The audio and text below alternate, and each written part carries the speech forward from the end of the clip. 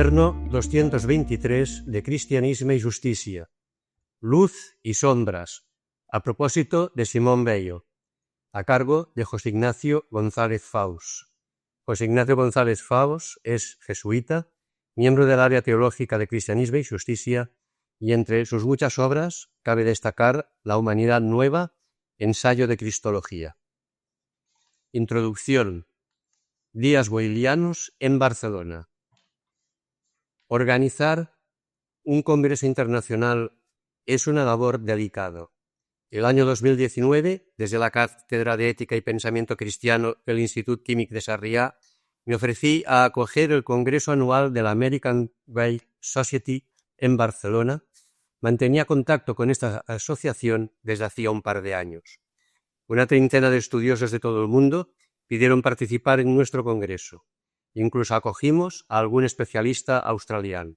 Sin embargo, la mayoría eran estadounidenses y europeos, especialmente de Francia, los miembros de la Association per l'étude de la pensée de Simone Weil, la matriz de todos los académicos weilianos del mundo, pero también acudieron alemanes, ingleses, irlandeses, italianos y suecos, y un importante grupo de Barcelona, especialmente el grupo de la Universidad de Barcelona, que se dedica al estudio de Simone Weil, y esos días fueron, al menos para mí, la ocasión para comprobar que en Occidente hay, aunque solo sea de forma encubierta, una corriente de amor hacia esta filósofa. Era necesario buscar un buen keynote speaker, el conferenciante invitado por la organización. En general, lo más prudente es invitar a alguien externo a los círculos weilianos. Si uno señala a alguno de los weilianos habituales, pueden despertarse envidias y reproches. Como en cualquier otro círculo de especialistas, la competición, yo sé más que tú, es tan inevitable como la gravedad. En este caso, la elección estaba clarísima. José Ignacio González Faus. Él introdujo, junto con el añorado Francisco Fernández Buey, la figura de Simone Weil en Cataluña. González Faus tuvo el mérito de convencer al editor de Trota para traducir a Simone Weil, y Fernández Buey enseñaba la filosofía francesa a todos sus estudiantes. Además, yo tenía mala conciencia respecto de González Faus. En mi libro Filosofía para una vida peor, en el capítulo dedicado a Simone Weil, precisamente ironizaba sobre cómo todo el mundo, incluidos los católicos, queremos apropiarnos de la figura de Simone Weil, refiriéndome a cierto artículo de La Vanguardia que González Faus publicó en 1990. Por lo tanto, el lector del presente cuaderno escuchará la voz de González Faus inaugurando el Congreso de 2019 de la American Weil Society International Edition, que giró en torno a los conceptos de Rootedness, Identity and Nation. González Faus empieza disculpándose triplemente por no ser especialista en Simone Weil, porque su charla no giraría en torno a la política como más o menos marcaba el lema del Congreso, y por no sentirse capaz de acordar nuevas revelaciones o datos sobre la filósofa. Una simple captatio benevolentia que sin duda contribuyó a situar a los asistentes y a desactivar el demonio de la rivalidad, aunque pronto sentirá el lector la habitual voz polifacética de González Faus, vigorosa y radical, que a mí siempre me recuerda a Samuel Jackson en el personaje de Jules Winnfield, en la primera escena de Pulp Fiction. No me pregunten por qué. Su contribución fue muy bien recibida y yo le estoy totalmente agradecido. Esta charla inicial viene complementada con las reflexiones de González Faus a propósito de la publicación del diario de Sylvie Weil, sobrina de la filósofa, que en estos mismos días había aparecido en español y que contiene unos cuantos recuerdos no muy entusiastas sobre su tía, a quien no conoció personalmente. Ha resultado una oportunidad para hacer converger la dualidad positivo-negativa que caracteriza a todos los seres humanos, incluso a los mejores, incluso a los que tienen fama de santidad como Weil. El atractivo de una obra de una autora como Simone Weil radica en el hecho de permitirnos escapar de la tiranía de la actualidad. Sus palabras no son especialmente expresivas son especialmente expresivas siempre. Con Simone Weil uno tiene la sensación de entrar en contacto con algo sólido, con una presencia real en plena época de charlatanería y desfactualización. El mismo González Faust señala la sorpresa que muchos compartimos, que uno experimenta cuando lee a Simone Weil. ¿Será verdad que ha existido una mujer así? Parafraseándola, diría que leer a Simone Weil es sencillamente entrar en el país puro, el país respirable, el país real. Esta introducción ha sido escrita por Oriol Quintana. Primer apartado. Sabiduría. La teología política de Simone Weil. Debo comenzar parodiando el título de una película famosa. ¿Qué hace un chico como tú en un sitio como este? No tengo respuesta porque esa misma pregunta me estoy haciendo yo hace ya varios meses. Preguntad, pues, a Oriol Quintana. Dicho más claramente, no soy, ni de lejos, un especialista en Simone Weil, en adelante esa SW. El único mérito que puedo atribuirme es el de haber contribuido a darla a conocer en España. Primero, hacia 1990, con un artículo que parodiaba una frase de la película de Attenborough sobre Gandhi. ¿Será verdad que ha existido una mujer así? Y luego, recomendando a la editorial Trota, que por aquel entonces estaban haciendo, que tradujera la obra completa de Simone, aunque el verdadero mérito fue del director que me escuchó. Eso es todo. Sin ser ni de lejos especialista, sí que durante tiempo fui un devoto de Simone Weil. Tanto que a pesar de que no soy nada amigo de peregrinaciones a lugares sagrados, confieso que en mis 2 últimas estancias en París a veces me acercaba a un supuesto domicilio de Simone cercano al Centre Cèdres y me quedaba ante el portal como un adolescente enamorado, pensando que de allí habría sabido Simone infinidad de veces y preguntándome qué pensaría o qué vivencias la iban moviendo cuando salía o regresaba por aquella puerta. En resumen, no voy a deciros nada que no sepáis, tan solo voy a iluminar con los colores de una luz particular, que es la de mis pobres ojos, algunas de las cosas que ya sabéis.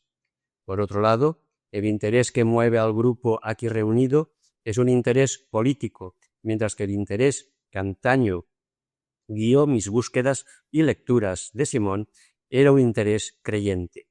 Esto, sin embargo, me parece una dificultad menor porque creo que, por un lado, la fe cristiana es intrínsecamente comunitaria y, en este sentido, política, y, por otro lado, la experiencia y la fe cristianas acabaron convirtiéndose en el gran condensador y el gran motor de toda la doctrina política de Simone, hasta tal punto que en ella, más que de teología política, cabría hablar de mística política. Haré primero una instantánea personal sobre la figura de Simone y luego trataré de exponer en 3 capítulos algo de su teología política. Subrayo que lo que vale más de esos capítulos son los textos de Simone, mucho más que mi comentario sobre ellos. Cerraré la exposición con una instantánea que recoge otra vez un rasgo de la figura de nuestra autora. 1. Capacidad de autocrítica.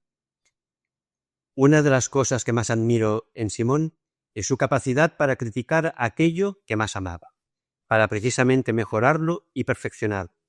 En la hora y la ola de fundamentalismos en que hemos entrado hoy, este es un mensaje primordial. Veamos 3 ejemplos. Primero, la crítica a Marx. El primero es su crítica a Marx. A pesar de que socialmente hablando era tan radical como él, sobre todo después de su durísima experiencia en la Renault. Simone sabe que las actuales relaciones de producción casi solo sirven para idiotizar a unos por el trabajo y a otros por el consumo, destrozando además al planeta y rompiendo así lo que ella llamaba pacto original del espíritu con el universo. Mantiene una cierta idealización de los trabajadores, que saben todo eso, aunque la opresión les impide descubrir que lo saben. Sin embargo, no cae en el error idealista de Marx de considerarlos mecánicamente como una clase privilegiada que lleva en sí la promesa infalible de la transformación del mundo. Al pensar así, Marx se contradice y buscará salir de esa contradicción distinguiendo entre un lumpenproletariat despreciable y un proletariado auténtico, dando lugar de este modo a la distinción posterior de Lenin entre clase en sí y clase para sí, que acaba convirtiendo la dictadura provisional del proletariado en una dictadura permanente del partido. Segundo, lo que dice de Francia. Veamos también lo que afirma sobre Francia. En vez de presumir de aquello que puede ser motivo de orgullo para todo francés, los principios de libertad, igualdad y fraternidad, Simón critica la infidelidad con que su país se ha comportado respecto a ellos. Dice así: nosotros, franceses, en otro tiempo lanzamos al mundo los principios de 1789, pero nos equivocamos al sentirnos orgullosos, porque ni entonces ni a lo largo de este tiempo hemos sabido pensarlos o ponerlos en práctica. Su recuerdo debería más bien aconsejarnos humildad. Pues bien, precisamente esa autocrítica, por molesta que resulte, es el único modo de que aquellos principios recuperen su fecundidad y sean capaces de generar vida plenamente humana y cristiana, superando así el descrédito en que han caído por su falsificación en una libertad contra la igualdad y contra la fraternidad. Tercero, su catolicismo. El otro ejemplo afecta a su catolicismo. Son impresionantes las palabras de sus cartas, tanto al dominico Perrin como luego a Maurice Chemin. Dice así: amo a Dios, a Cristo y a la fe católica, tanto como puede amarlos un ser tan miserablemente insuficiente como yo. Me adhiero totalmente a los misterios de la fe cristiana, ciertamente pertenezco a Cristo. Como profesional de la teología, puedo añadir que es llamativa la profundidad teológica de algunas de sus páginas, por ejemplo, sobre la Trinidad o sobre el misterio de Dios como amor, que son muy anteriores al Vaticano II. Pero tras esa adhesión total viene la sorpresa. Me mantengo fuera de la Iglesia por el uso del anatema sit. Creo que no debo bautizarme. Además, en su primera carta a Perrin añade que, si Dios lo quiere, ya se encargará Él de hacérselo ver y que en esta hora del mundo tal vez quiera Dios que existan hombres y mujeres que, entregados a Él y a Cristo, permanezcan fuera de la Iglesia. Por eso, y a pesar de esa negativa, continúa: aun estando fuera de la Iglesia, o más exactamente en el umbral, no puedo dejar de tener sentimientos de que en realidad estoy de todas maneras dentro. Simón había tenido experiencias muy positivas del cristianismo en su colaboración con los grupos de témoignages chrétiens. Creo que es, con mucho, lo mejor que hay en Francia en estos momentos. Su influjo en Albert Camus fue tan notable que lo llevó casi a las puertas de la fe, aunque luego Camus se retrajo cuando tuvo lugar la condena de los curas obreros por la curia romana. Su crítica, por tanto, no es la del resentido Cristo sí, Iglesia no, que cree ser el más cristiano que toda la Iglesia. Es más bien la del que, como los penitentes antiguos, se queda en la puerta sabiendo que a pesar de todo estoy dentro, y se queda en la puerta para buscar precisamente la penitencia de la Iglesia que le devuelva su plena fidelidad a Cristo. 2. Justicia, verdad, gratuidad, la Trinidad política. Uno de los textos más fundamentales de Simón, desde mi punto de vista, y que más necesitan hoy ser gritados, es el siguiente: hay alianza natural entre la verdad y la desgracia, porque una y otra son suplicantes mudos, eternamente condenados a permanecer sin voz ante nosotros. De modo que el espíritu de la justicia y el espíritu de la verdad son una misma cosa. Dos cosas merecen comentarse de estas palabras. A. En primer lugar, la equiparación entre injusticia y mentira, que revela una concepción de la verdad mucho más semita que griega, aunque esto no sé si lo admitiría Simón. De esa equiparación se llega a que un mundo que vive en la injusticia y la indiferencia ante ella es un mundo que vive en la mentira. Y aquí se produce un sorprendente paralelismo con la frase de Pablo a los romanos: los hombres secuestran la verdad con la injusticia. Por eso la verdad suplica impotente ante nosotros. ¿Cuándo serán reconocidos la injusticia y el dolor que causa esa injusticia? ¿Cuándo comenzará un noticiario diciendo: hoy ha ocurrido una desgracia espantosa? Y que esa desgracia no sea un accidente aéreo o un ataque terrorista, sino: hoy han muerto de hambre 30.000 personas.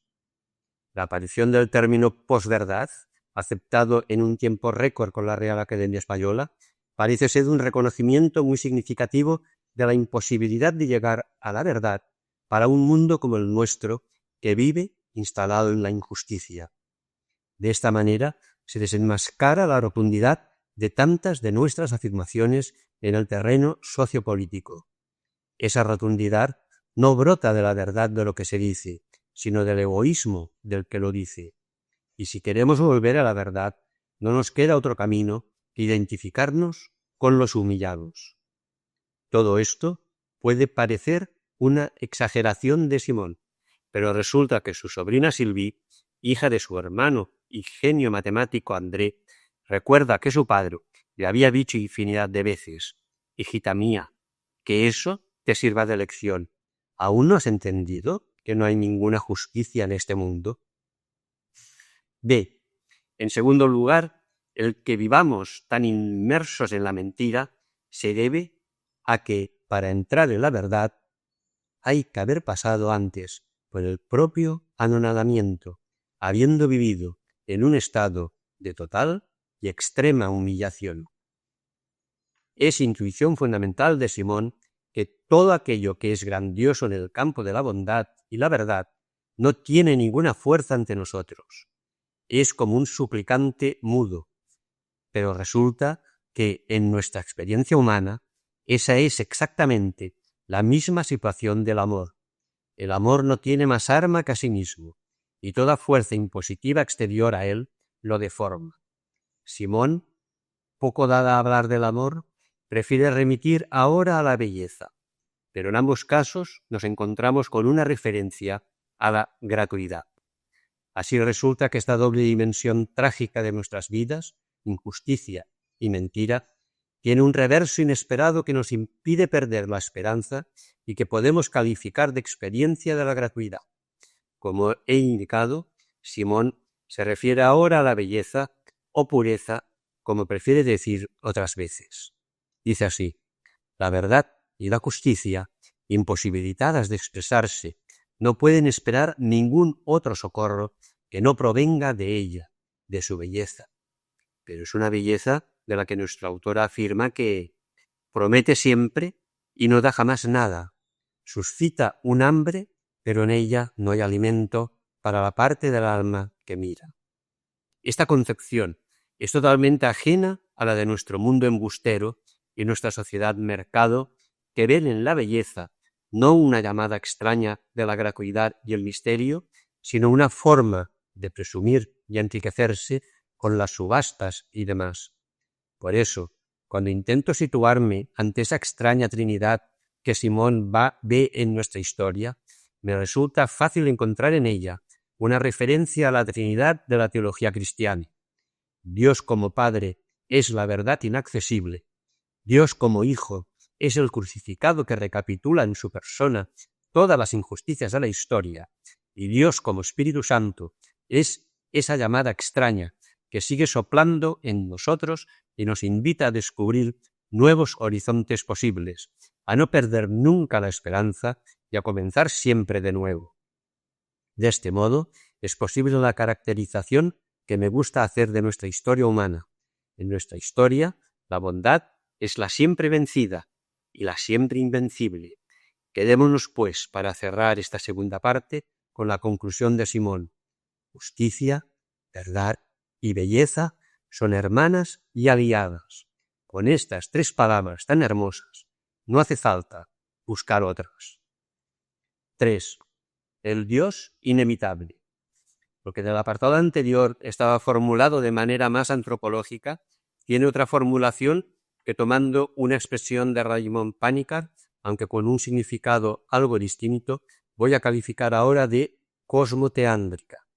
Digo que el significado es algo distinto porque lo humano no está aquí aludido como el varón individual, aner andros en griego, sino como la comunidad humana podría haber hablado mejor de cosmoteópolis, entendiendo el último componente desde la polis griega y no desde nuestra manchada política actual. De hecho, es precisamente en su propuesta para una declaración de los deberes humanos que debería completar la Declaración de los Derechos, porque ésta se corrompe si no hay un deber que la sostenga, donde Simón escribe: hay una realidad situada fuera del mundo, es decir, fuera del espacio y del tiempo, fuera del universo mental del hombre, fuera de todo el dominio que las facultades humanas puedan alcanzar. A esa realidad responde en el centro del corazón del hombre esa exigencia de bien absoluto que siempre habita allí y que no encuentra jamás un objeto en este mundo. Fijémonos, el acceso a Dios no es aquí cosmológico, sino profundamente antropológico. No es científico, sino ético. A Dios no se llega como la causa última, sino como el bien supremo, desde nuestra exigencia y necesidad del bien absoluto. Para Simón, la trascendencia de Dios está repetidamente marcada a la vez que su inmanencia. Dice así: el bien está fuera de este mundo, pero aquí abajo tiene como símbolos visibles a todos los hombres, en el sentido en que todos los hombres son receptivos de sus ondas. Como ahora mismo señalaré, esa visión de Dios más platónica que aristotélica, pero que también modifica a Platón, impide la distinción entre lo ético y lo religioso, tan frecuente entre nosotros y que resulta claramente contraria al Dios de Jesús en los evangelios. Y esta inevitabilidad del tema del bien, tan presente y tan ausente en nuestras vidas, es la que lleva a Simón a afirmar lo siguiente: lo que hace que el hombre no pueda evitar el problema religioso es que la oposición del bien y del mal es para él un fardo intolerable. Desde un Dios visto solo como fundamento ontológico o causa primera, se puede prescindir del tema de Dios. Pero desde Dios como bien supremo no podemos prescindir, porque la cuestión del bien y del mal la llevamos dentro y a la vez nos desborda. Por eso, Simón definirá lo que ella llama irreligión no como negación de Dios, sino como negar la realidad de la oposición entre el bien y el mal.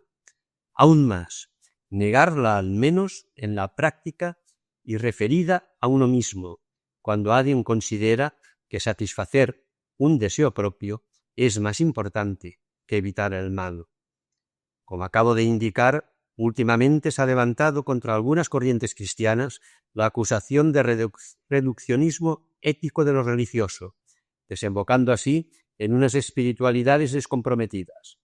Creo que esa acusación queda desautorizada en el planteamiento mismo de Simón, donde lo ético ya no se reduce al deber o al imperativo kantiano, sino al bien mismo, que es una buena definición de Dios y que tiene además un vínculo insoslayable en el corazón del hombre. Por eso van a derivarse de esta visión de Dios unas consecuencias muy serias. A. La primera es una vinculación indisoluble entre la religiosidad y la manera de concebir al ser humano. Dice Simón: cualquiera que reconozca esa otra realidad, reconoce a sí mismo ese vínculo. A causa de él, considera a todo ser humano, sin ninguna excepción, como algo sagrado ante lo que está obligado a testimoniar respeto. Cualquiera que tenga su atención y su amor dirigidos de hecho hacia la realidad extraña del mundo, reconoce al mismo tiempo que está sujeto en la vida pública y privada por la única y perpetua obligación de remediar en la medida de sus responsabilidades y su poder todas las privaciones del alma y del cuerpo capaces de destruir o mutilar la vida terrena de un ser humano cualquiera que sea. Casi parecen resonar ahí aquellas palabras de la carta de Santiago que proclaman que la auténtica religión limpia a los ojos de Dios, consiste en atender a los necesitados en su tribulación y a mantenerse incontaminado de los criterios del mundo. Y asimismo resuena la polémica de Jesús con los sumos sacerdotes de su tiempo, afirmando que el ser humano está por encima de todo lo sagrado, por encima del sábado, y no al revés. Y esos criterios del mundo los encontramos formulados poco después, cuando, tras afirmar que las necesidades del ser humano son sagradas, saca de ahí la siguiente conclusión: su satisfacción no puede estar subordinada ni a la razón de Estado, ni a ninguna consideración, ya sea de dinero, de raza, de color, ni al valor moral u otro atribuido a la persona considerada, ni a ninguna consideración cualquiera que sea. El límite solo es legítimo si las necesidades de los otros seres humanos reciben el mismo grado de atención. Permitidme evocar una anécdota reciente que puede clarificar lo que Simón intenta exponer. No hace mucho, a raíz de una de las afirmaciones de Francisco, el obispo de Roma, contra nuestro sistema económico como un sistema que mata, se le acusó de comunista, con una de esas palabras bomba que parecen destruir toda posible defensa. Y la respuesta de Francisco fue más o menos esta: no sé lo que dice el comunismo, pero que diga lo que quiera, porque yo hablo desde el Dios cristiano. Y todavía puede derivarse de ahí una última conclusión terrenal que afecta a un problema que Simón ya no conoció y es muy nuestro: el drama ecológico. La consecuencia que ella saca de lo antes dicho es: si el hombre debe imitar a Dios, el poder que el hombre ejerce hoy sobre la materia no parece ser de la especie que responde a su vocación. Así pues, lo de imitar a Dios podría sonar como la recomendación de Jesús de ser buenos del todo como el Padre Celestial, pero lo de nuestro falseado poder sobre la materia evoca el actual drama ecológico que no queremos afrontar y que acabará seguramente con nosotros. B. Además, desde esta visión tan evangélica de Dios como el bien absoluto, brota otra conclusión sobre el mismo Dios. Dice Simón: Dios no tiene ningún título para ser amado, es el mendigo absoluto. Demanda amor sin mostrar ningún título que le dé derecho y sin ofrecer nada a cambio. Es exclusivamente demanda, absolutamente pobre. Incapaz de esperar socorro, como decía antes, al hablar de la verdad y la justicia, sin ningún título, porque en realidad el acto creador es un acto de retirada de Dios, no un acto de potencia, sino una abdicación. Sin citarlas, Simón parece recoger aquí las teologías judías del Tzimtzum, vinculándolas enseguida con la kenosis o anonadamiento de Jesús en su encarnación. C. Y otro detalle importante: es muy conocida la frase de Wittgenstein en su Tractatus: de lo que no se puede hablar es mejor no hablar. Esa especie de dogma de nuestros días contrasta a primera vista con uno de los apuntes anotados por Simón en sus días en Londres, hablando precisamente del ser humano. Lo inexpresable tiene, más que cualquier otra cosa, necesidad de ser expresado. Curiosamente, aquello de lo que no se puede hablar es de lo que más necesitamos hablar, sobre todo por esa presencia suya en nosotros antes descrita. El Tractatus de Wittgenstein es de 1921. ¿Lo conocía Simón, que escribe 20 años después, dado que además el filósofo austríaco vivió varios años en Inglaterra? No lo sé, pero también hay que añadir que el mismo Wittgenstein modificó más tarde su aforismo, que estaba originariamente dirigido a la filosofía analítica del lenguaje, aceptando que existen lo que él llama diversos juegos de lenguaje y que nuestro lenguaje no es sólo descriptivo. Pero, sea cual sea su relación con el filósofo austríaco inglés, lo que sí parece claro es que en algún sentido esa ha sido la misma constatación de todos los grandes místicos. Aquello de lo que no se puede hablar nos afecta mucho y por eso hay que intentar expresarlo. 4. Aplicaciones a problemas que siguen siendo nuestros. Cuando hablo de problemas que siguen siendo nuestros, me refiero a que lo son porque son problemas humanos inevitables. Pero esos problemas eternos, tan inevitables, son los que suelen agudizarse en horas de crisis como la hora actual. Elijo algunos de ellos. Primero, el derecho de propiedad.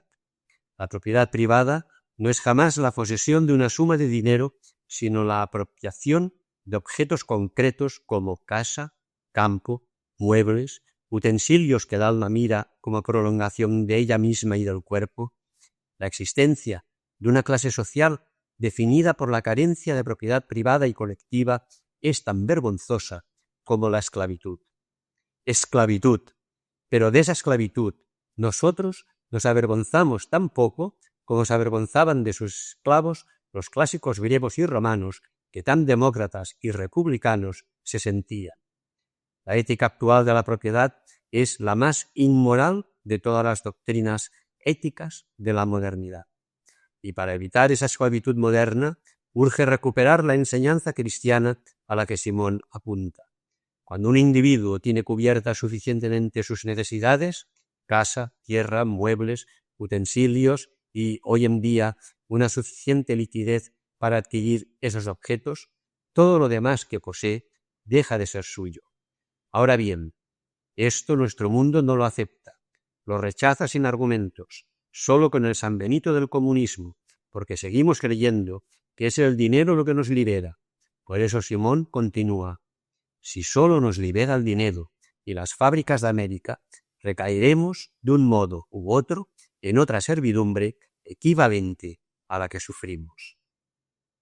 Para reforzar lo anterior, su amiga y biógrafa Petermann cita una carta de Simón a Bernanos en la que le dice que aunque ella no es católica, nada de lo cristiano me es ajeno, y que incluso a veces piensa en que se convertiría solo con que a la puerta de cada iglesia hubiera un cartel diciendo que se prohíbe la entrada a todo aquel que tenga un sueldo superior a determinada cantidad. Sirva esta reflexión rápida para evocar la conocida tesis de Ignacio Ellacuría que Simón suscribiría corriendo: de esa otra servidumbre solo puede liberarnos una civilización de la sobriedad compartida. En segundo lugar, los nacionalismos. El patriotismo moderno es un sentimiento heredado de la Roma pagana y que ha llegado hasta nosotros a través de tantos siglos cristianos sin haber sido bautizado. Pero esta misma razón no está de acuerdo con el espíritu de los principios de 1789.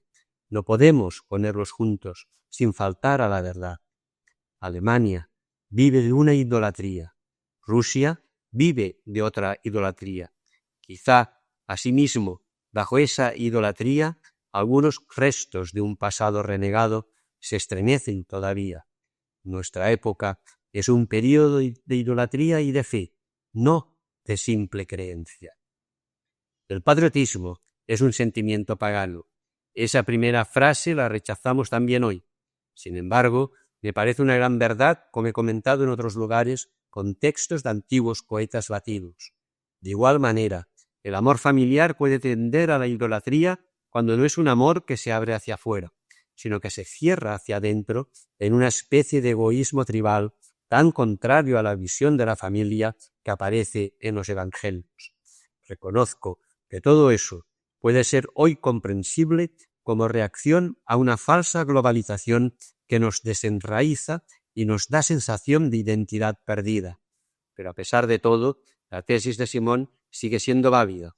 y creo que hay algo que distingue esa idolatría de un comprensible cariño hacia la propia tierra y las propias raíces. Ese algo es lo que Simón califica como pasión colectiva en otro texto impresionante que dice así: la pasión colectiva es un impulso al crimen y a la mentira infinitamente más poderoso que cualquier pasión individual. Los malos impulsos, en este caso, lejos de neutralizarse, se elevan mutuamente a la milésima potencia. La presión es casi irresistible si no se es un auténtico santo. Si una sola pasión colectiva se apodera de todo un país, el país entero es unánime en el crimen. Cuando hay pasión colectiva en un país, es probable que una voluntad particular cualquiera esté más cerca de la justicia y de la razón que la voluntad general, o más bien que lo que constituye su caricatura. La pasión colectiva ciega sustituye la razón por el apoyo de los otros, sobre todo porque muchas de estas pasiones colectivas nacen como reacción ante otra pasión colectiva. Pero quisiera añadir que esta consideración desborda la cuestión de los nacionalismos y podría aplicarse también a otra de las causas de nuestros enfrentamientos, que tiene que ver con el perdón y el castigo. En tercer lugar, justicia y venganza. Hay una cosa, y solo una cosa en la sociedad moderna, más horrible aún que el crimen, y es la justicia represiva. Cada vez que un hombre hoy en día habla de castigo, de pena, de retribución, de justicia, en sentido punitivo, se trata tan solo de la venganza más rastrera. Dura es aquí nuestra amiga, y eso que Simón creía que el castigo punitivo puede tener un valor importante como ayuda en la reconstrucción del delincuente, algo discutible en mi opinión o que necesita algún matiz. Esto es, a menos que el castigado tenga un buen acompañante que le ayude a digerir su situación. Pero me parece innegable que en la sociedad actual el hambre de justicia se está convirtiendo en sed de venganza. Las víctimas, en lugar de ser denunciantes, pasan a ser juez y parte, de modo que la presunción de inocencia y el derecho de los verdugos a una defensa van desapareciendo. Y parece que el placer de ver sufrir al enemigo es la verdadera manera de hacer justicia.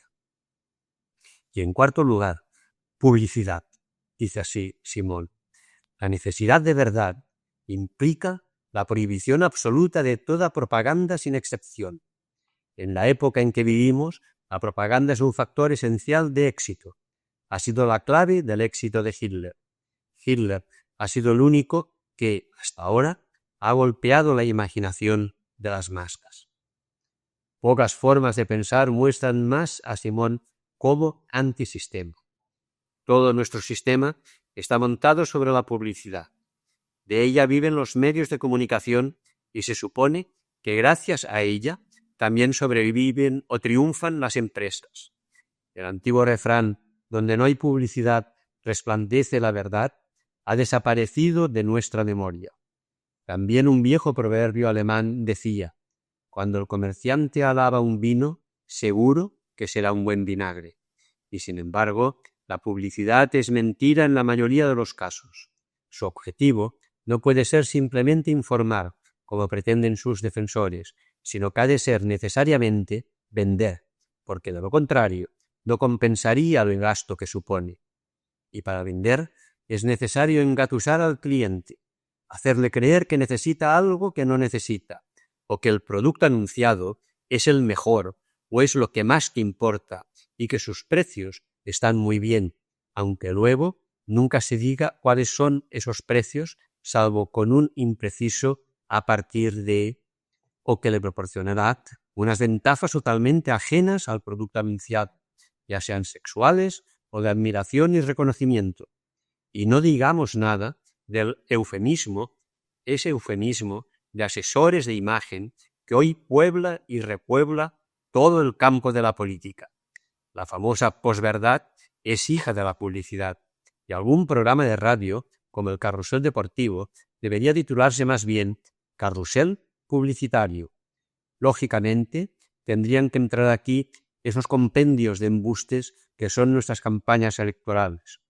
¿Cuántos votos ganó Vox a base de mandar mensajes de WhatsApp calumniosos distribuidos colectivamente? Y con eso, la dura crítica de Simón a los partidos políticos. Un partido político es una máquina de fabricar pasión colectiva. Es una organización construida de tal modo que ejerce una presión colectiva sobre el pensamiento de cada uno de los seres humanos que son sus miembros. La primera finalidad de todo partido político es su propio crecimiento, y eso sin límites. Debido a este triple carácter, todo partido político es totalitario en germen y en aspiración. Es una crítica verdadera, pero a la vez unilateral.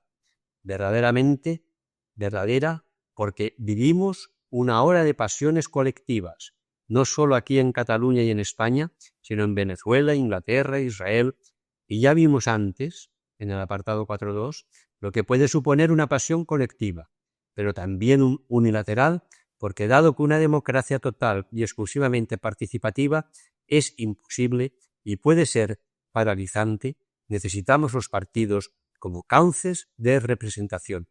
Y la experiencia ha mostrado que siempre que se suprimen los partidos, en realidad se suprimen todos menos uno, que es el que gobierna.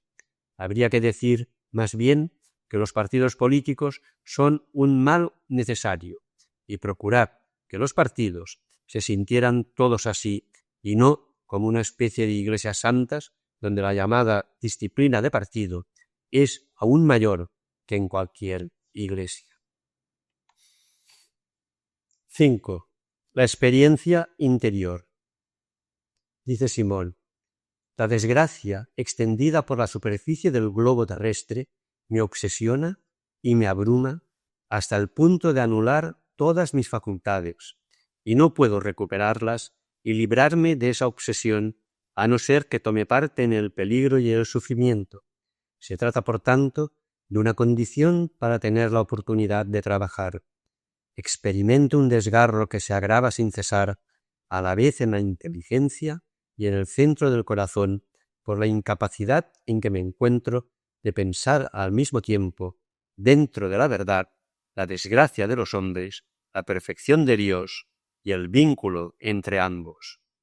Tengo la certeza interior de que esta verdad, si en algún momento se me concede, lo será sólo en el momento en que yo misma me encuentre físicamente en la desgracia y en una de las formas extremas de la desgracia presente. La seriedad de esas palabras asusta, como antaño nos asustaba a veces la santidad de los santos cuando nos proponían imitarlos. Simón me ha evocado a veces un verso sutil de Antonio Machado. Señor San Jerónimo, deje usted la piedra con que se golpea, me pegó con ella. Quizá Simón no tuvo tiempo de llegar a comprender esto. Puede ser, por tanto, que convenga leer esas palabras prescindiendo de dos cosas, de la radicalidad de la propuesta de Simón y de su obsesión intelectual por encontrar una explicación que unifique la desgracia de los hombres y la perfección de Dios. El libro de Job, que para Simón era una maravilla, tampoco consiguió esa síntesis, y el gran peligro de la humanidad está o en quedarse con la desgracia humana y negar por eso la perfección de Dios, o en quedarse con la perfección de Dios olvidando la desgracia humana. Pero incluso renunciando de entrada tanto a la respuesta plena ante la desgracia como a una inmersión plena en las formas extremas de la desgracia, sigue habiendo un mensaje muy fundamental en las palabras de Simón, y es que, sin tomar parte en el peligro y en el sufrimiento, es imposible toda teología y quizás también toda política auténtica. Sin experiencia directa de la injusticia, nunca se hará una buena teología política.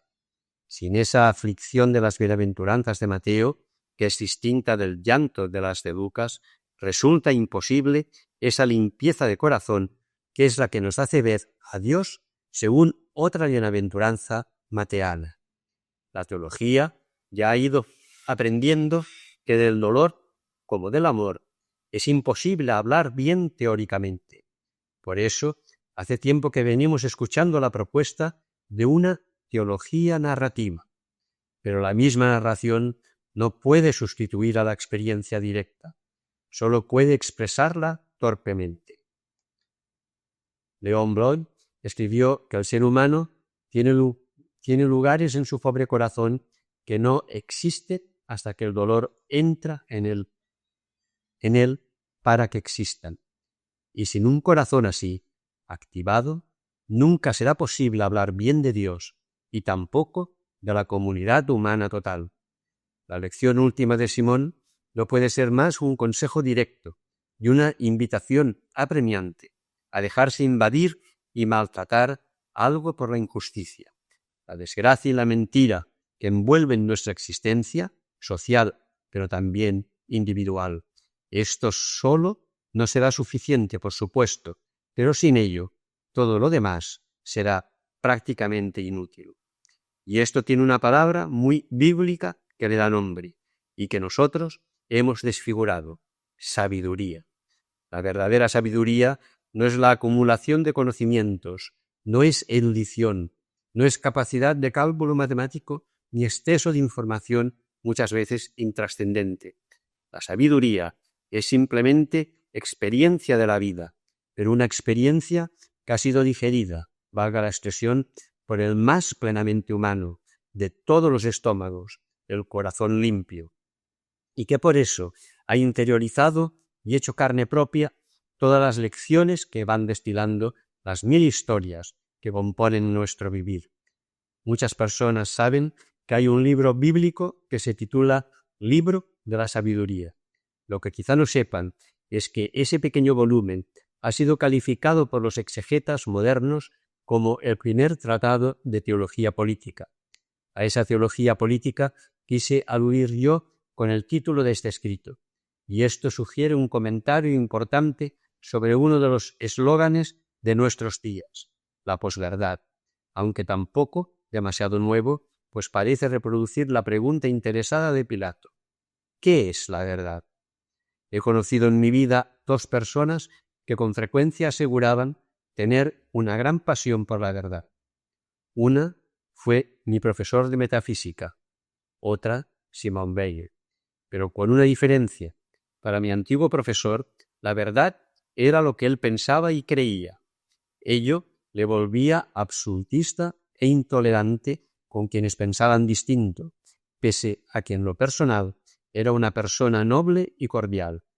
Para Simón, en cambio, la verdad es algo que nunca poseemos, que siempre andamos buscando y a cuya búsqueda debemos entregarnos totalmente. Y eso es lo que la vuelve veraz, profundamente honesta y radicalmente libre hacia esa búsqueda de la verdad, y lo que acabará convirtiéndola en seguidora de aquel que definió su reinado como dar testimonio de la verdad. Conclusión. Ante gente que murió tan joven, como ocurre también con Etty Hillesum, la otra gran profeta del siglo pasado, y como sucede también con Bonhoeffer, nacido el mismo año que Simón y muerto mártir 3 años después, la pregunta que surge es qué habría sido de su pensamiento o qué habría dado de sí de haber vivido una vida de duración normal.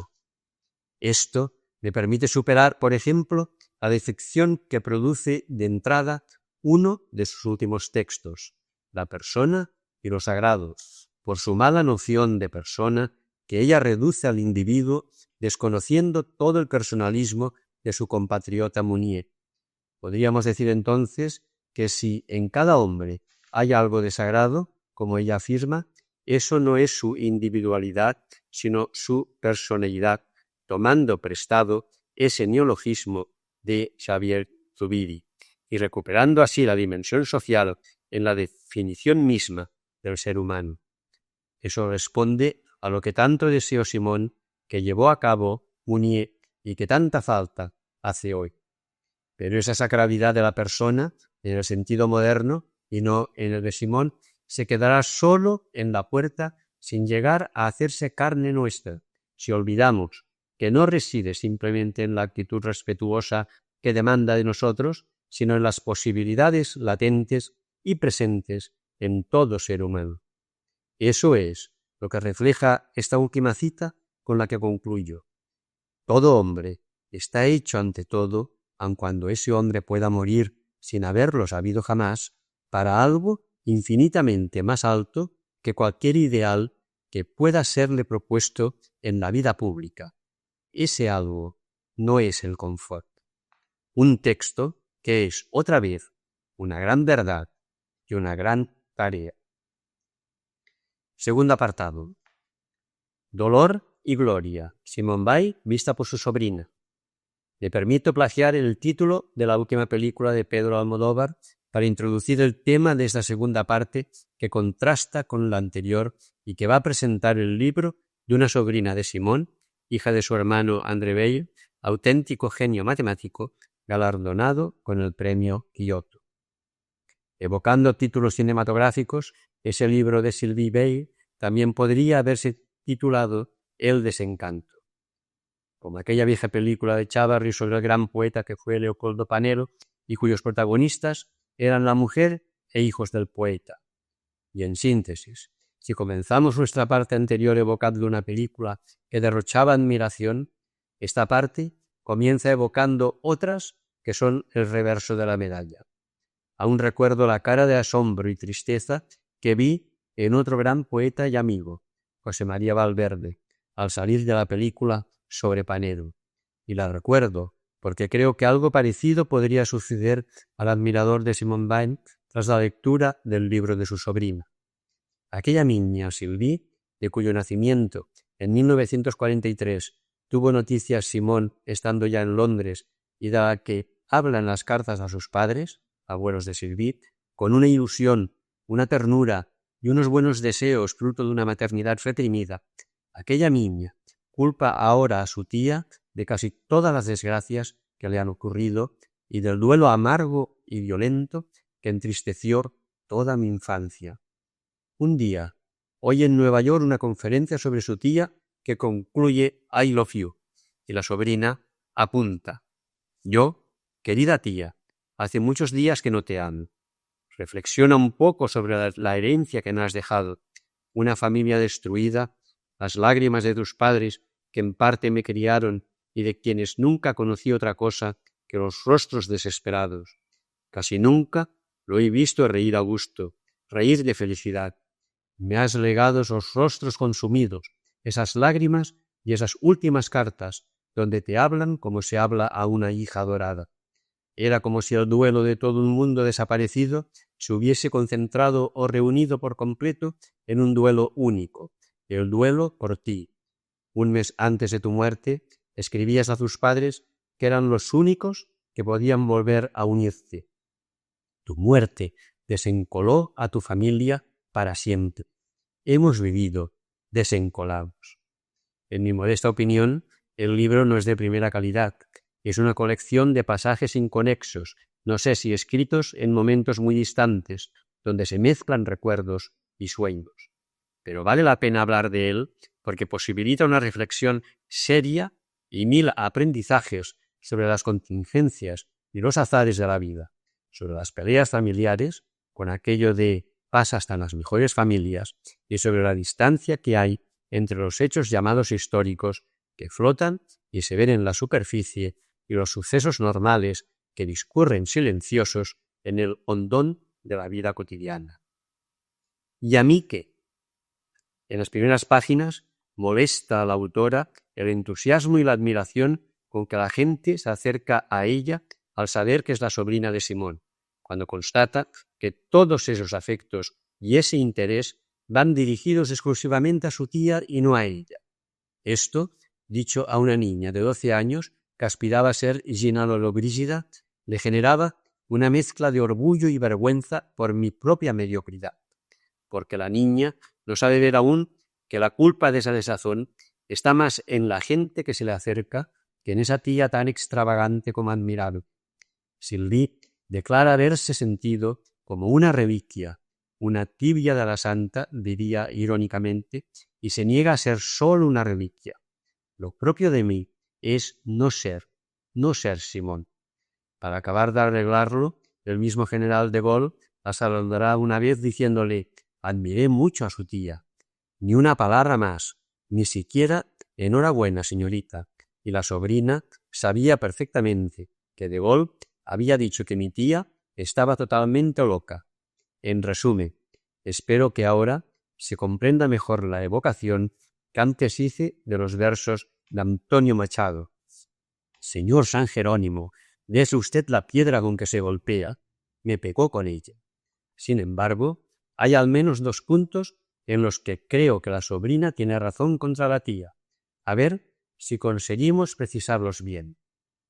Coherencia intransigente.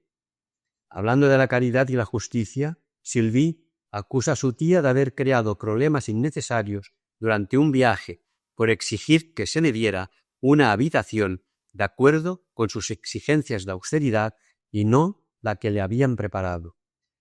Cuánto más caritativo hubiera sido alojarse sin poner dificultades en el cuarto que le tenían preparado. De haber vivido más años, quizá Simón habría podido leer la leyenda de Fray Primitivo y el Pozo, que contaba José María Pemán y que reproduciré en el segundo apéndice. La acusa también con razón de que negó con una rara constancia toda continuidad entre judaísmo y cristianismo, pese a que en la caridad judía, como en la cristiana, el mendigo representa a Dios. Dando al mendigo, le das a Dios. En cambio, Simón busca más bien emparentar la indistinción de los evangelios entre el amor al prójimo y la justicia, con el respeto de los griegos a Zeus. Este error incomprensible creo que tiene que ver con el horror de Simón hacia los textos violentos del Antiguo Testamento y con el rechazo instintivo de un nacionalismo racista judío, precisamente porque ella era judía. Quisiera apuntar con todo la que me parece razón justificada del interés de Simón por lo griego. Ha descubierto una cultura de admiración por el mundo, deslumbrada ante la armonía de los astros o la del cuerpo humano, o ante la maravilla de la amistad, porque intenta trasladar al ser humano esa maravilla del universo, y percibe el contraste entre esa cultura y nuestra civilización tecnológica, que mira al mundo sin el menor respeto y solo como objeto de dominio. Por otro lado, el desprecio platónico por la materia y la sexualidad quizá le sirviera de apoyo en el posible problema que Simón parece haber tenido en este campo y al que enseguida aludiré. Todo esto no le da la razón, pero ayuda a comprender a la sobrina. En cualquier caso, de no haber muerto tan joven y sintiéndose tan plenamente católica como ella afirmaba, habría tenido que afrontar la aceptación por parte de la Iglesia del Primer Testamento, aunque por supuesto buscando cómo situar y encajar aquellos textos escandalosos. De lo contrario, habría caído en el viejo marcionismo condenado por la Iglesia desde sus inicios. Pero por desgracia no hubo tiempo para eso. La sobrina añade también en tono crítico que el verdadero proyecto de su tía estaba en experimentar las penalidades de los pobres, no en proporcionarles alimento o ropa. Pero esta acusación merece algunos matices. Quizá no obedecía solo a la preocupación de intelectual por encontrar la armonía entre la perfección de Dios y la injusticia de este mundo, que también, sino a algo aún más profundo que podríamos formular hablando de la distinción entre dar y darse. Cuando nos limitamos a dar algo, se establece una inevitable distinción entre el que da, que será un sujeto bienhechor y digno de gratitud, y el receptor, que queda por debajo y obligado al agradecimiento. De este modo, se rompe algo intrínseco a la justicia, como es la igualdad entre ambos. Lo conociera o no, Simón parece guiada por las palabras del judío Pablo sobre Cristo. Siendo rico, se hizo pobre por nosotros para enriquecernos con su pobreza, como leemos en la 2 de Corintios 8, 9. Por eso también los padres de la Iglesia se cansaron de repetir que el que da una limosna no hace un acto de caridad, sino de justicia, porque no da al pobre de lo suyo propio, sino que le devuelve lo que era de él. Represión afectiva. El segundo punto lo visibiliza y resume esta escena entre Simón y la madre de Sylvie. Mi madre era de natural cariñoso. No había podido resistir la tentación de pasar sus dedos sobre el cabello de Simón, que debía recordarle el de su marido, y al hacerlo había exclamado: «¡Qué hermoso pelo tienes, Simón!». Simón se separó con un movimiento brusco gritando: «¡No me toques!», como si una serpiente la hubiese picado, contaba mi madre. La sensación de que en Simón hubo una gran afectividad enormemente reprimida parece innegable por otros datos. El análisis de las causas de esa represión no sé si hoy es posible, y temo que cada cual tienda a proyectarse a sí mismo si quiere buscarlas. Una desconfianza ante todos los hombres como incapaces de recibir su entrega, una incapacidad de ella para entregarse, una sobreexigencia ética que la llevaba a privarse de toda gratificación mientras hubiera injusticia en el mundo, una fijación materna de la que luego hablaremos. De haber vivido en nuestros días, no faltaría quien sugiriese la hipótesis de algún intento secreto de abuso sexual en su infancia, pero más razonable es dejar el dato en el aire, sin conocer su explicación. Expuestas las quejas y razones de Sylvie Bey contra su genial tía, quisiera añadir que buena parte de su negatividad se debe al dato de que sólo la conoció a través de sus escritos y su recuerdo, nunca a través de ese contacto inmediato que permite percibir otros rasgos de la persona con quien tratas. Esto se atisba a través de la relación de Sylvie con su padre. Hay frases muy duras contra él. «Hija de un genio. A mí, por supuesto, me consideraba idiota cuando no comprendía mi tarea de latín o un problema de álgebra». Mas la clásica queja infantil porque su padre anteponía su trabajo a sus hijas, sin decirles «qué guapa estás», de todo lo cual, más tarde en su adolescencia, se vengaría ella negándose a salir con él, presa de la angustia. ¿De qué voy a poder hablarme? Pero esos rasgos negativos quedan compensados por otra serie de contactos positivos, como algunas observaciones de su padre que revelan a la vez gran ternura y gran pedagogía, y sobre todo por el trato posterior, cuando el padre, ya anciano, pierde facultades y casi no puede caminar si no se apoya en ella. Este tipo de relación viva es lo que le falta a Sylvie con Simón.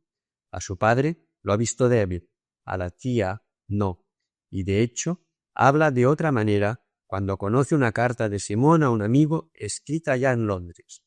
«Estoy acabada, rota», y comprende que la santa no era una especie de amazona o una versión femenina del kamikaze, sino una pobre mujer como todo ser humano.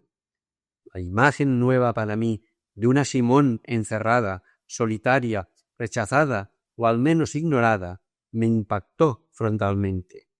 O cuando descubre que en las cartas a sus padres desde Londres, Simón suplica sin cesar que le hablen de la sobrina. Una posible raíz. Si hay que buscar en estos recuerdos la causa más importante de la situación afectiva de Simón, esta parecería estar en su madre, una mujer súper cariñosa, súper cuidadora y súper posesiva, como lo fue también con su nieta, según su propio testimonio, dando lugar a peleas fuertes entre el padre y la abuela de Sylvie, porque André consideraba, con o sin razón, que su madre había conseguido que Simón sintiese dependencia de ella y que Simón había muerto por eso, y quería evitar que eso le pasase a su hija Sylvie.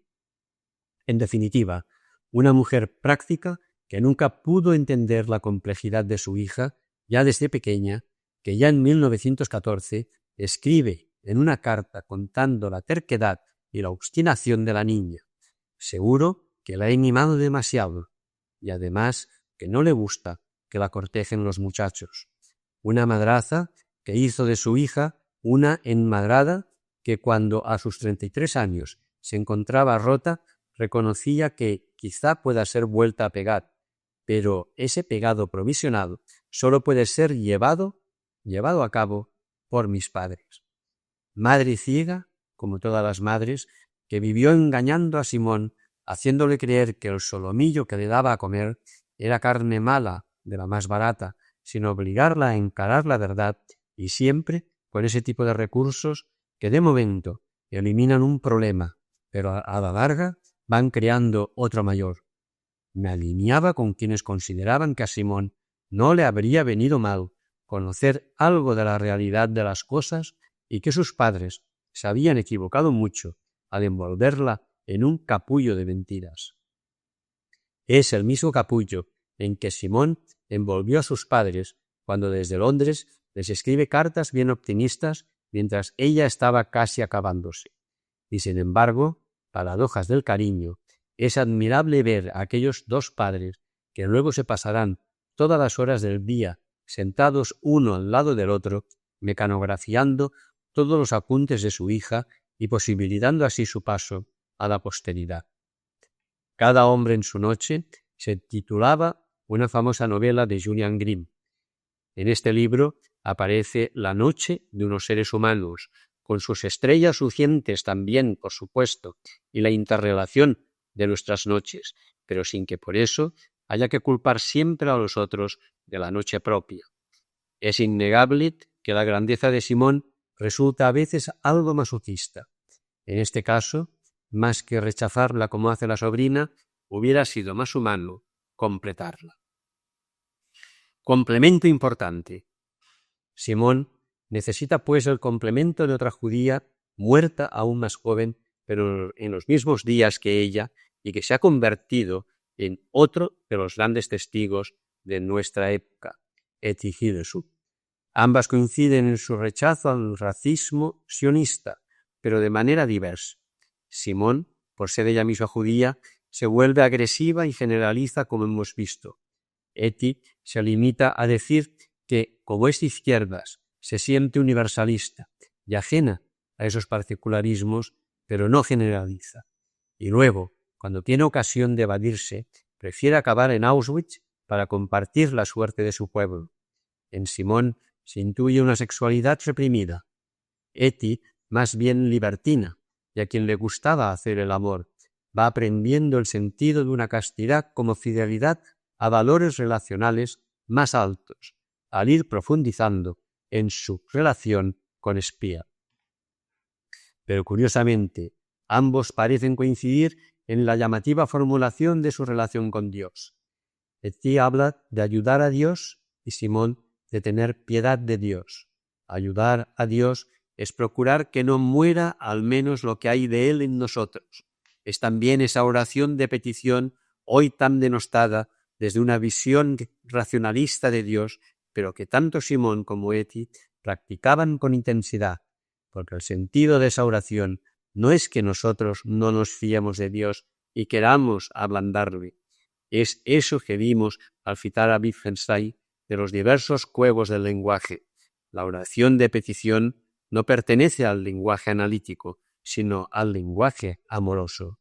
Y en el amor, el que da el don se siente mucho más seguro y más feliz si sabe que la otra parte espera y lo desea. Permítase otro recuerdo personal. Me dijo una vez un amigo recién casado: yo siempre quiero hacer el amor, pero prefiero esperar a que ella me lo pida, porque así, sabiendo que ella también lo quiere, lo hago con más seguridad y más cariño. Esa anécdota puede ayudar a comprender que la petición no es una expresión de desconfianza en Dios, sino un reconocimiento de nuestra propia necesidad.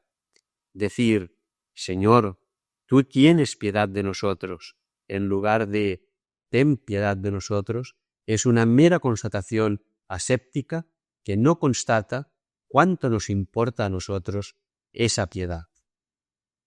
No hay aquí espacio para analizar eso, pero baste ese breve paralelismo para entender que, completándose las dos, la tía y la sobrina, se le puede aplicar a Simón aquello que escribió Menéndez y Pelayo de otro gran genio unilateral, Hegel. Hasta en sus errores enseña. Añadiré para eso 2 apéndices. Primer apéndice. Algunos textos complementarios de Simone Weil. En 1942, Simone escribió una larga carta a Joël Bousquet, un enfermo que había quedado tetrapléjico más de 20 años atrás, en la Primera Guerra Mundial, y con quien le unió una gran amistad. Que yo sepa, es la única vez que Simone abrió sinceramente su interior. En esa carta le dice: no hace mucho tiempo trabajé como obrera cerca de un año en las fábricas metalúrgicas de la región parisina. La combinación de la experiencia personal y la simpatía por la miserable masa humana y con la que me encontraba, incluso a mis propios ojos indudablemente confundida, hizo entrar tan profundamente en mi corazón la desdicha de la degradación social que desde entonces me he sentido siempre una esclava, en el sentido que esta palabra tenía para los romanos. Durante ese tiempo, ni siquiera la palabra Dios tenía lugar alguno en mis pensamientos. No lo tuvo más que a partir del día en que, hace aproximadamente 3 años y medio, ya no pude rechazarla. En un momento de intenso dolor físico, mientras me esforzaba en amar, pero sin creerme con derecho a dar un nombre a ese amor, sentí, sin estar de ningún modo preparada, pues nunca había leído a los místicos, una presencia personal más cierta, más real que la de un ser humano, inaccesible tanto a los sentidos como a la imaginación, análoga al amor que se transparentaría a través de la más tierna sonrisa de un ser amado. Desde ese instante, el nombre de Dios y el de Cristo se han mezclado de forma cada vez más irresistible en mis pensamientos. Hasta entonces, mi única fe había sido el amor fati de los estoicos, tal como lo entendía Marco Aurelio y que yo siempre había practicado fielmente. El amor por la ciudad del universo, tierra natal, patria bien amada de toda alma, querida por su belleza en la total integridad del orden y la necesidad que constituyen su substancia, con todos los acontecimientos que en ella se producen.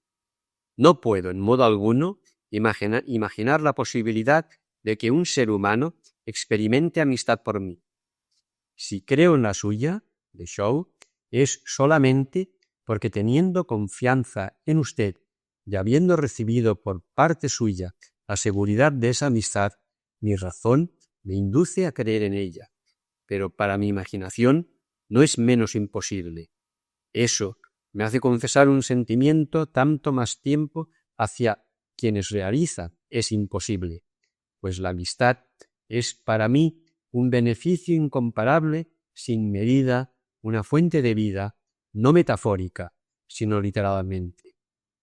Le digo estas cosas porque usted puede entenderlas. Estoy convencida de que la desdicha, por una parte, y la alegría como adhesión total y pura a la perfecta belleza por otra, implicando ambas la pérdida de la existencia personal, son las 2 únicas claves por las que se entra en el país puro, en el país respirable, en el país de lo real. Usted me comprende bien. Ese amor divino que se toca en el fondo de la desdicha como la resurrección de Cristo a través de la crucifixión y que constituye la esencia no sensible y el núcleo central de la alegría, no es una consolación. Deja el dolor completamente intacto. Un par de observaciones sobre este texto. Primera, ese modo de expresarse a muchos les parecerá discutible o al menos exagerado. No sé si puede traducir alguna actitud inconsciente e involuntaria que expresaría el rechazo de su sobrina. De todos modos, pueden ser útiles un par de aclaraciones.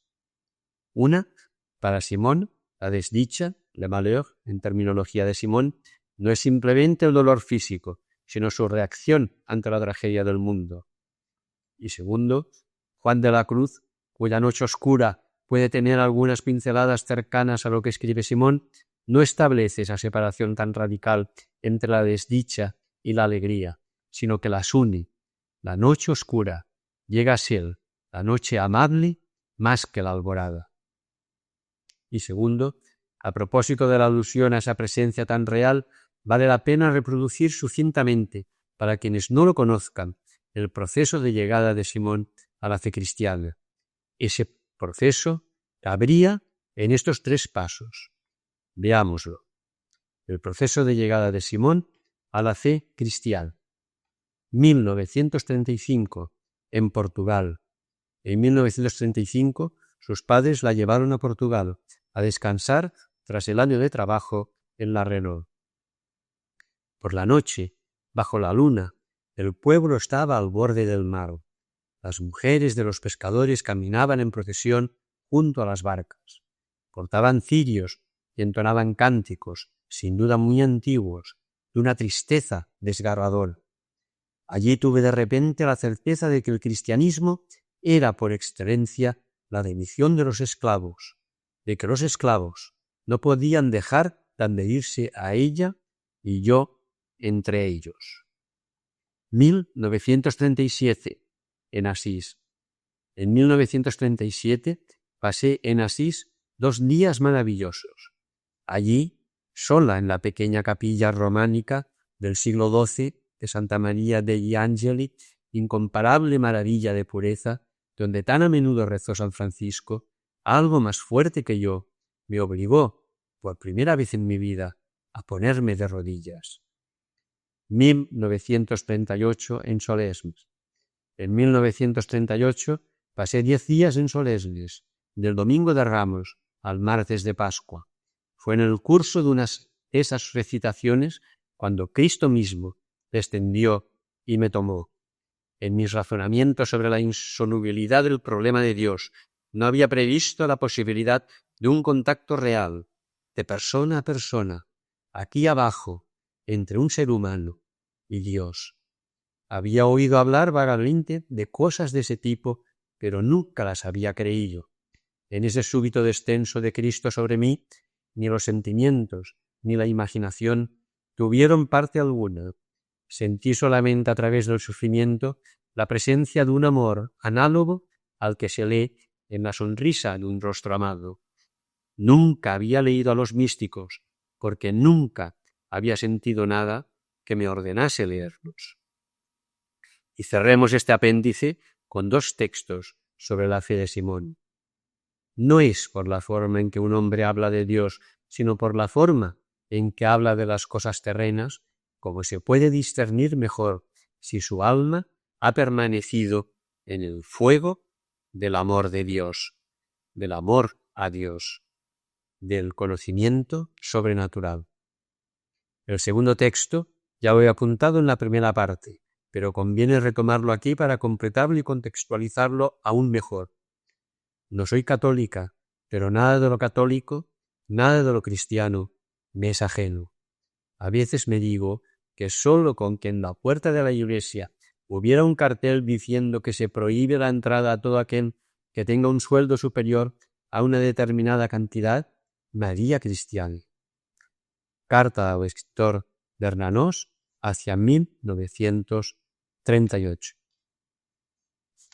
Segundo apéndice. La leyenda de Fray Primitivo y el Pozo.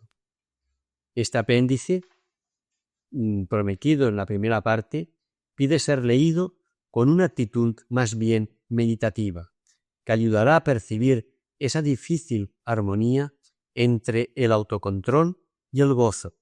Se trata de una parábola de José María Pemán. Fray Primitivo era de los primeros franciscanos.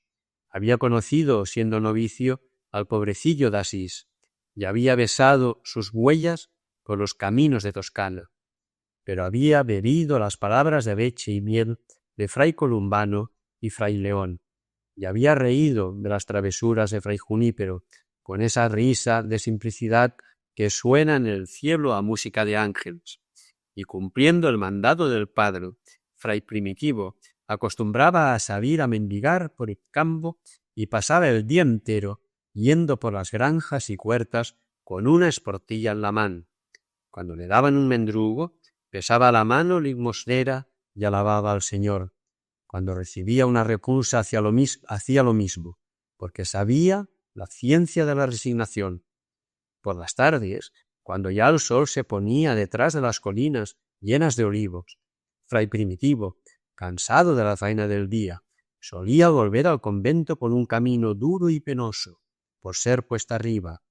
En un descanso, donde la cuesta formaba como una mesequilla, había un pozo de agua riquísima y fresca, rodeado de acacias y terebindos. Allí, Fray Primitivo, que llegaba torturado por la sed, metía la mano y bebía agua en su palma, encogida en forma de copa, alabando, mientras tanto, al Señor por el regalo de tan limpia y bella criatura como es el agua. Pero un día, en que traía la lengua más seca que nunca, pensó que sería grato al Señor si le ofreciese aquella sed que tanto le mortificaba. Aquel día, pues, metió la mano en el agua para sentir su frescura, y luego, apretando el paso, siguió hacia el convento sin probar una gota. Y Dios le premió, porque al levantar Fray Primitivo la cabeza al cielo, según tenía por costumbre, vio que sobre el azul obscuro del atardecer había aparecido un lucero claro y gracioso. Fray Primitivo, que era docto en la interpretación de los signos naturales, cosa que había aprendido por intuición de amor, comprendió enseguida que aquello no era visión corporal sino espiritual y que significaba que el Señor había tomado en cuenta su mortificación y la había apuntado en su cuenta. Sonrió, pues, y bendiciendo a Dios, siguió hacia el convento por la vereda orlada de rosales silvestres. Animado por aquella muestra del agrado del Señor, Fray Primitivo hizo lo mismo el día siguiente, y al otro, y al otro. Pasaba, metía la mano en el agua y seguía sin beber, y cada día veía aparecer en el cielo un lucero nuevo, con lo que comprendía que Dios llevaba la cuenta de sus merecimientos y le preparaba con ellos una corona. Y así llegó un día en que, siendo ya viejo, Fray Primitivo dispusieron los superiores que le acompañase un novicio en su tarea de mendigar, a fin de que le imitase en todo, se aleccionase con su ejemplo y se fuese instruyendo en la ciencia de la humildad. Salió, pues, Fray Primitivo, acompañado del hermanito, y juntos anduvieron todo el día, recogiendo en la esportilla panes, tortas y legumbres. El día había sido de pleno estío y muy calmoso y despejado. El hermanito sol quemaba de lo lindo, y los hábitos pardos pesaban como esas vestiduras de latón que idearon algunos para ponérselas en el Vaticano a las estatuas demasiado primaverales. Al atardecer iban, pues, los dos frailecitos por la vereda de los rosales hacia el convento. Andaban sudorosos y jadeantes, pero a pesar de todo, entretenían la marcha en dulces coloquios de cosas del espíritu. «Hijo mío», decía Fray Primitivo, «alabemos al Señor en sus criaturas. El sol, la luz, el agua, son dádivas del amor, y con amor debemos gozarlas». Y luego, preparándole con la doctrina para el ejemplo que en la práctica pensaba darle poco después, añadía: «La mortificación es el disfrute de las cosas por el amor. El agua, criatura del Señor, la gozan los sentidos bebiéndola, pero el espíritu la goza dejándola de beber por amor. La mortificación es gran cosa en cuanto es testimonio de amor. Sin él nada valdría, porque el amor es antes que ninguna otra cosa. Nuestro Padre Francisco fue grato a Dios, disciplinándose, pero todavía más cuando llevó a Fray Silvestre, que se estaba muriendo, un racimo de uvas moscateles que se le habían antojado, y, aún antes de dárselo, lo bendijo para que fueran más sabrosas y dulces. Diciendo esto, habían llegado al pozo de las acacias y los tamarindos. El calor era sofocante y pesado. A pesar de ello, Fray Primitivo se dirigió al pozo para meter la mano y seguir sin beber, según su costumbre. Pero cuando ya iba a hacerlo, miró al hermanito novicio. Venía jadeante de calor. Los ojos se le habían encendido mirando el agua fresca y limpia.